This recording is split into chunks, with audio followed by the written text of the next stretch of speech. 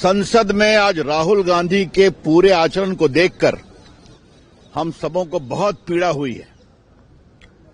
सेना को बदनाम करना, सेना के आत्मविश्वास को कमजोर करना राहुल गांधी की फितरत बन गई है। ये कोई पहली बार नहीं हुआ है उनका। याद करिए, जब बालाकोट हुआ था तो उन्होंने सबूत मांगा था कि नहीं?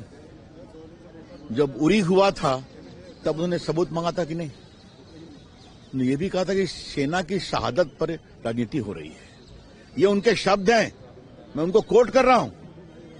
ये उनके दिमाग का एक सिस्टम फिट हो गया है कि सेना को लेकर सरकार को एम्बैरेस करेंगे और सेना के आत्मविश्वास और सेना की रेपुटेशन दोनों को कॉम्प्रोमाइज करेंगे। और इसके लिए मैं राहुल गांधी की बहुत भर्त्सना करता हूं।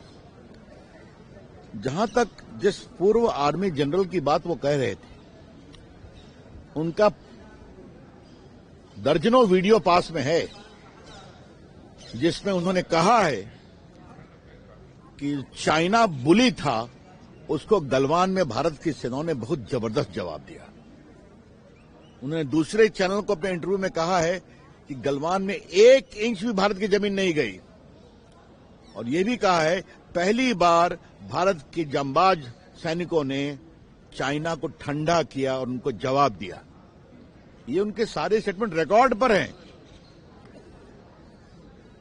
आप लोग भी देख लेंगे, वीडियो हम लोगों ने भी देखा है।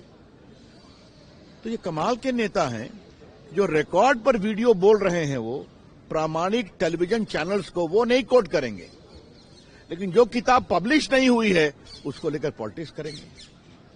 राहुल गांधी जी, आपको नरेंद्र मोदी जी सरकार की आलोचना तो आप करते ही हैं, भाजपा की करते ही हैं।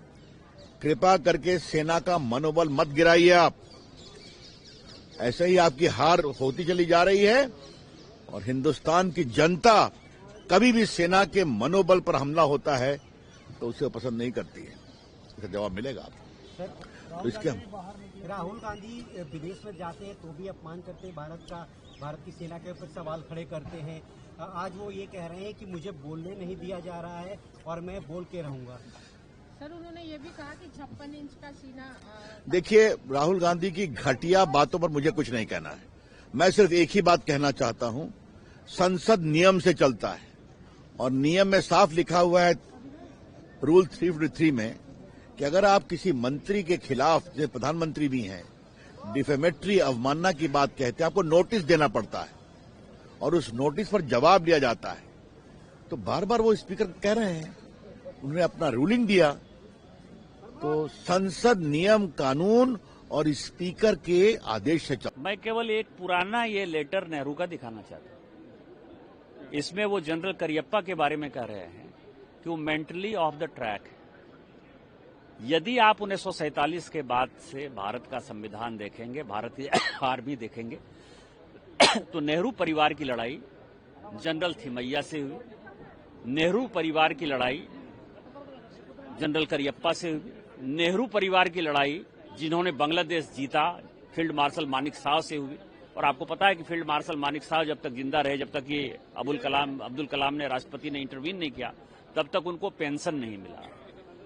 तो और इस कारण से 62 के युद्ध में आपको पता है कि आसाम छोड़कर जो भागे मिस्टर कौल, वो उनके रिश्तेदार थे जिनको कि 18 लोगों को बाईपास करके उन्होंने आर्मी के नाते उसको हेड बनाया था और अमेरिकन फोर्सेस के साथ मिलकर वो लड़ रहे थे। तो इनका जो इतिहास है वो पलीता वाला इतिहास है, भगौड़े वाला इतिहास है। अपने दिल से जानिए पराये दिल का हाल।